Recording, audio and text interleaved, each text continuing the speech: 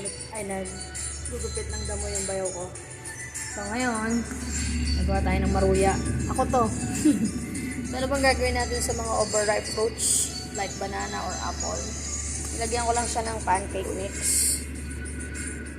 Tapos, nabibili to sa Woolworth or Coles. Any grocery. Any shopping center. Tapos, I mix up with chopped apple at saka banana na hindi na kinakain ng mga pamangking ko. Tapos, 3 egg. Tapos, piprito ko siya. Ayan na yung maruya na finished product natin. So, ngayon, prito tayo.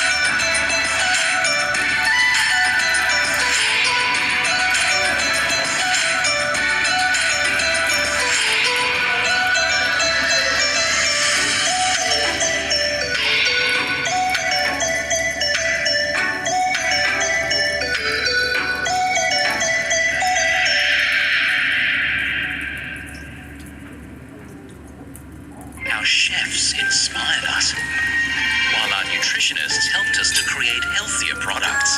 But if it wasn't for the thousands of customers who... Diba?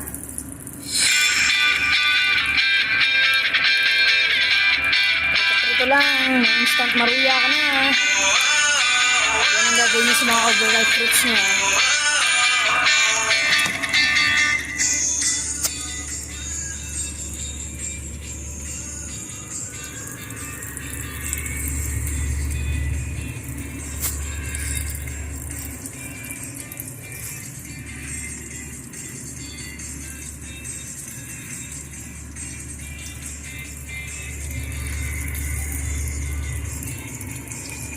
So bye guys. I'll get back to you later kapag luto na at ready to eat na. Woo! So welcome back to my channel. So after natin magprito, sinet aside ko muna yan yung maruya. As I told you before, leftovers na mga fruits na overripe na, huwag nyo itapon. Like apple or banana, you can mix it with this pancake mix and then 2 to 3 eggs. Depende sa inyo. Siguro I think mas maganda 1 egg lang para hindi masyadong fluffy. So ayan, capsicum or bell pepper here. Cucumber. Tapos gagawa ako ng soup. Soup with mixed carrots tsaka spring onion. So later gagawa rin ako ng noodles. Tapos this one is for panakota. Panakota mix. Tsaka itong creme brulee. French style. Tapos, gagawa rin ako ng salmon salad. So, I'm gonna show you asan ba yung salmon. Andun, sa oven. So, mamaya makikita nyo, okay? So, ito yung ihahalo ko dun sa soup chicken. Tapos, yung dumplings na natira.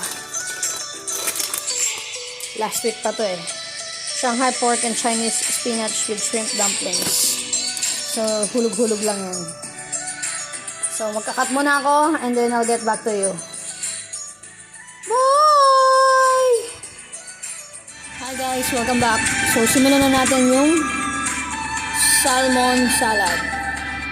So, let's start with 2 tablespoons of salt. Pwedeng sea salt, pwedeng iodized salt. Tapos, 1/4 cup of sugar.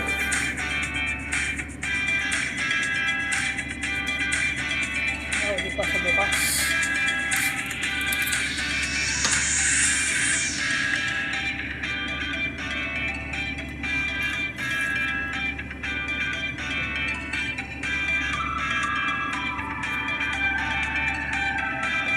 salmon. Pinirito ko na earlier.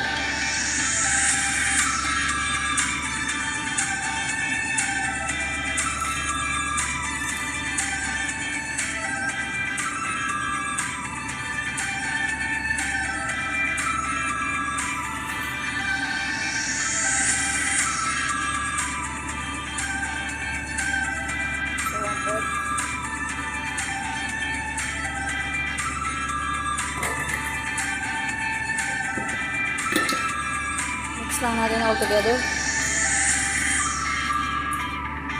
Ito, pwede nyo itong i-stock para gawing atsara. Walang tubig. Kasi hindi ko naman siya tatakpan. Hindi ko naman siya i-store. So I made it as quickly as, you know, maybe 20 minutes bago i-toss yung lahat ng ingredients ng salad.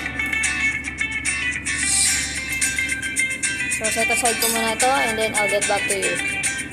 Bye! Sira ng kusina. Pinarito ko yung nuts natin. Ang gagamitin natin nuts ay cashew. Tapos ito yung pinickled ko na carrots. Rainbow carrots yan ah. Salmon, pinarito ko na earlier. Coriander. Okay. So, I'll get back to you kapag na-chop ko na lahat at gagawin na natin yung sauce. Oh!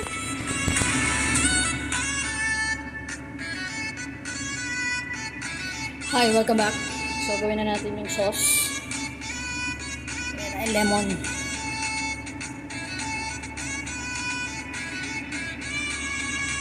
So, nauna ko na yung garlic chop, tapos red and yellow peppers. Tignan mo. Chop.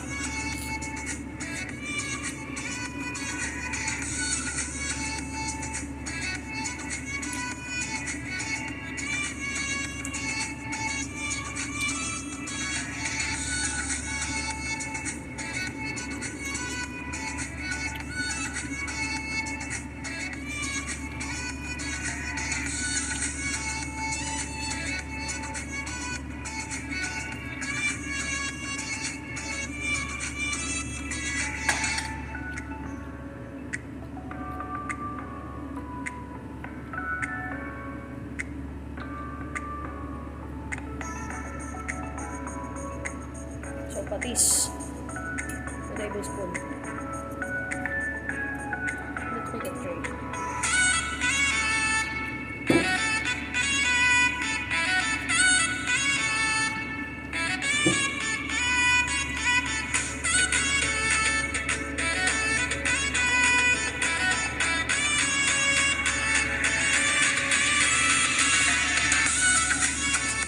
Tablespoon lang ng white vinegar.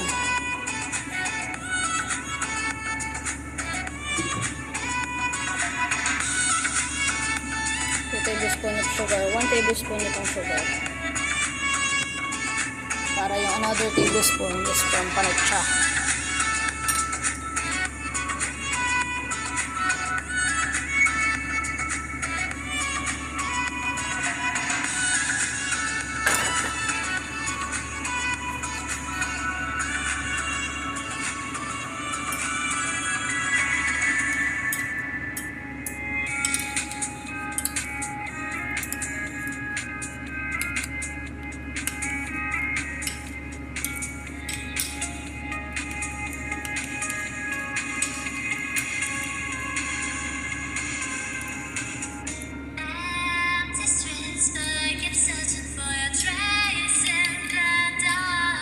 So, I'll get back to you later kapag ito-toss ko ng lahat ng ingredients ng salmon salad. So, ngayon, let's toss it all together.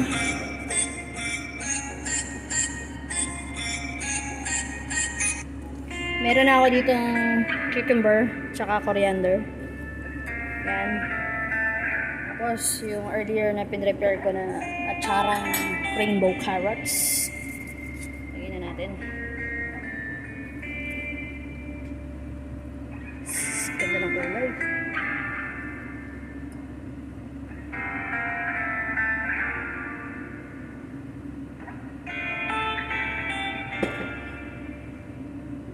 Tapos ito yung salmon.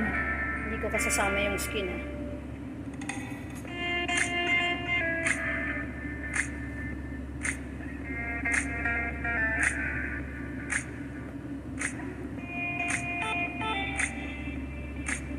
Lagyan muna natin yung sauce.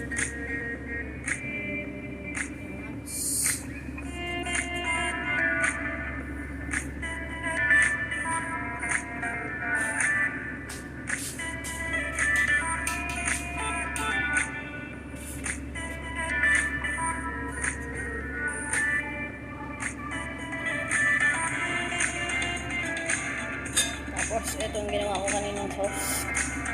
Lagyan na natin lahat.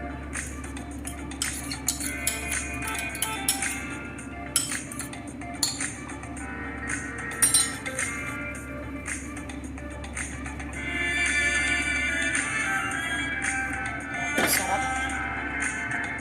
Tapos ng salmon.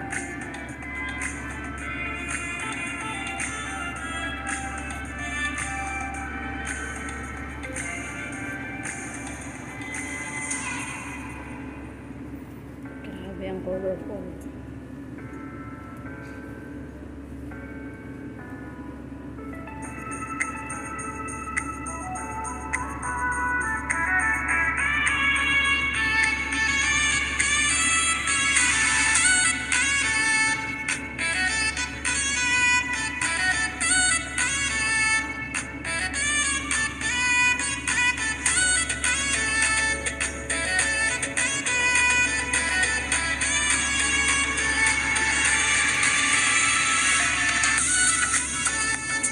Ang gulo ng internet. Kami naman kakain. So make it sure kapag iyakan daw nito sa bisita. Walang bones. Ako lang ang mga kain ito. Bayaw ko tsaka ate ko.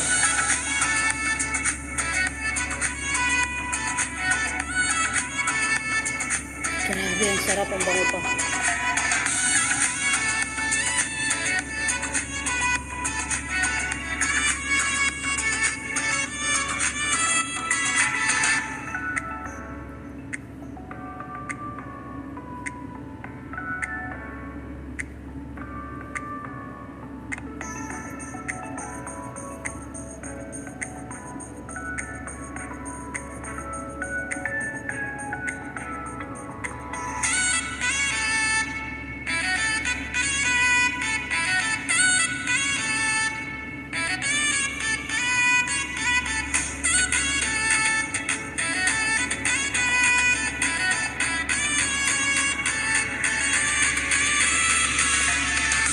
Finish na.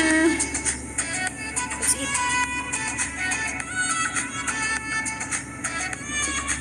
Tara, kain na tayo guys. Salmon salad. Bye-bye. Ingat po tayo lahat.